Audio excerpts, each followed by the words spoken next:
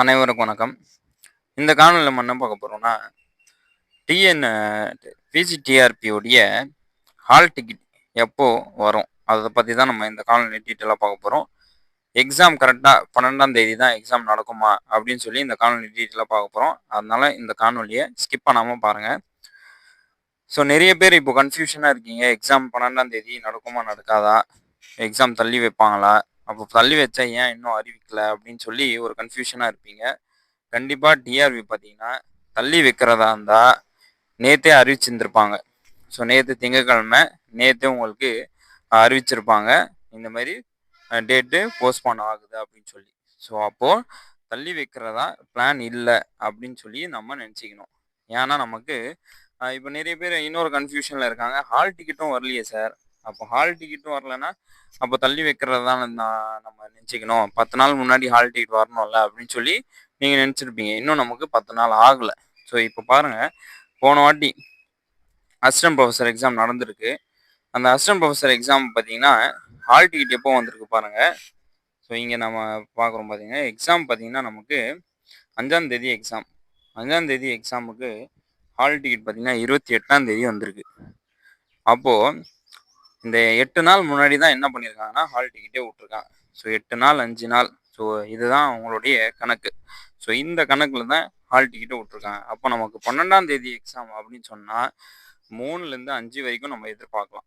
So 3ஆம் தேதியிலேருந்து 5ஆம் தேதி வரைக்கும் நம்ம ஹால் டிக்கெட்டை எதிர்பார்க்கலாம்.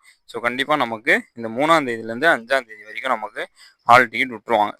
இப்போ ஹால் டிக்கெட் பிரச்சனை கிடையாது. ஹால் டிக்கெட் வந்துரும். ஸோ எக்ஸாமு 12ஆம் தேதி நடக்க தான் போகுது. அதுலயும் எந்த பிரச்சனையும் கிடையாது. அதுவும் நடக்கும். அப்படி தள்ளி வச்சாங்கன்னா 1 வாரம், 2 வாரம் தள்ளி வைப்பாங்க. ஓகே. நம்ம இப்போ என்ன நிலைமையில இருக்கோம்? நல்லா படிச்சு வச்சிருக்கோமா?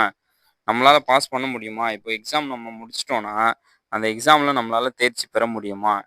அத யோசிங்க. அத அத பத்தி மட்டும் நம்ம சிந்திச்சுன்னா போதும். ஸோ வேற எத பத்தியும் நம்ம யோசிக்க தேவையில்ல. எக்ஸாம் இதுதான் நம்மளுடைய கடைசி வாய்ப்பு. இந்த வாய்ப்ப நம்ம மிஸ் பண்ணோம்னா, அடுத்து நமக்கு எப்போ எக்ஸாம் வைப்பாங்கன்னே தெரியாது. அடுத்து எப்போ எக்ஸாம் வைப்பாங்கன்னே தெரியாது. அப்படி எக்ஸாம் வச்சா கூட, இந்த அளவுக்கு நமக்கு வேக்கன்சி வருமா? அப்படின்னு சொல்லி கூட நமக்கு தெரியாது. 2000 வேக்கன்சி இப்போ இந்த வாட்டி குடுத்துருக்காங்க.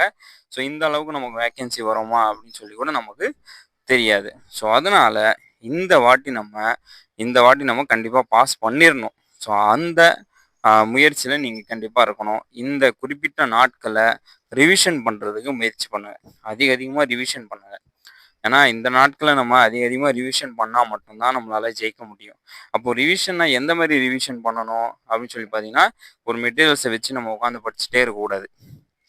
நாம என்ன பண்ணோம்னா, எம்சிக்யூஸ பிராக்டிஸ் பண்ணணும். ஸோ எம்சிக்யூஸ தெளிவா பிராக்டிஸ் பண்ணுங்க. உங்களால ஒரு கொஸ்டின் பேப்பர் எடுத்து, அதுல உங்களால எத்தனை மார்க் எடுக்க முடியுதுன்னு மட்டும் பாருங்க. ஒரு கொஸ்டின் பேப்பர் எடுங்க. அதுல கொஸ்டின் பேப்பர் சால்வ் பண்ணுங்க. 60, 70 மார்க் உங்களால எடுக்க முடிஞ்சுச்சுன்னா, கண்டிப்பா நீங்க இந்த பிஜிடிஆர்பில வெற்றி பெறுவீங்க கண்டிப்பா. அதுல எந்த வாய்ப்பும் எந்த மாற்றமும் இல்ல. ஸோ அதனால நீங்க இந்த முயற்சி மட்டும் நல்லபடியா பண்ணுங்க. ஏன்னா நம்மளுடைய இலக்கு பிஜிடிஆர்பில பாஸ் பண்ணணும். நாமளும் இந்த மாரி போஸ்டிங் வாங்கணும். முதலமைச்சர்கிட்ட நாமளும் போஸ்டிங் வாங்கணும் அப்படின்னு சொல்லி அந்த ஒரு நோக்கத்தோட படிங்க. கண்டிப்பா நம்ம வெற்றி பெறணும். ஏன்னா இது நம்மளுடைய வாழ்க்கை. அடுத்த 30 வருஷம் வாழ்க்கைய டிசைட் பண்ண போற ஒரே ஒரு தேர்வு. இப்போ பார்த்தீங்கன்னா, தேர்வு பார்த்தீங்கன்னா அதிகமா கடினமாயிட்டே வருது. இப்போ வருங்காலத்துல பார்த்தீங்கன்னா, மைனஸ் மார்க் குடுக்குறதுக்கும் வாய்ப்பு இருக்கு. ஸோ வருங்காலத்துல மைனஸ் மார்க் குடுக்குறதுக்கும் வாய்ப்பு இருக்கு. ஸோ அதனால நீங்க நல்லா இத முயற்சி பண்ணுங்க. ஆனா நமக்கு இது ரொம்ப ரொம்ப முக்கியமானது. ஸோ ஒரே ஒரு தேர்வு. இந்த ஒரு தேர்வு நம்ம வெற்றி பெற்றோம்னா, நம்ம அரசு ஊழியரா மாறிடலாம். ஸோ அதனால இந்த வருகிற பொதுத் தேர்வு இந்த வருகிற பொதுத் தேர்வு மாணவர்களுக்கு நீங்க கண்டிப்பா தயார் செய்யணும். ஸோ அதனால அந்த ஒரு நோக்கத்தோட, அந்த ஒரு கோலோட, அந்த ஒரு முயற்சியோட பெறுங்க. கண்டிப்பா வெற்றி நமக்கே.